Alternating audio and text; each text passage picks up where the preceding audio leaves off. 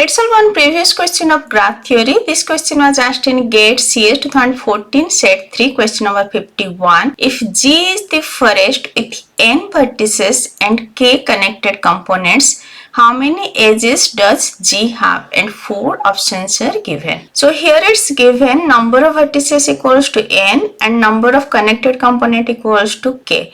And it's your forest. Forest is a collection of tree. Suppose there is a tree with n vertices b equals to n, the number of edges will be n minus 1. And there are k connected component means there are k tree. So that forest contains total n vertices and there are k tree, right? So here each component itself is a tree. In case of n vertices having one connected tree, there will be n minus 1 edges. Here there are n vertices and k connected component. K connected component means there are k roots. So number of edges will be n minus k. Suppose there are 3 connected component, then there will be 3 roots. So we can say number of edges equals to n minus 3. Here there are k connected component, so there are k roots. So number of edges equals to n minus k. Answer will be option C. I already discussed graph theory. Just go through the lecture, and if this lecture is helpful for you, please like, share and subscribe. Thank you.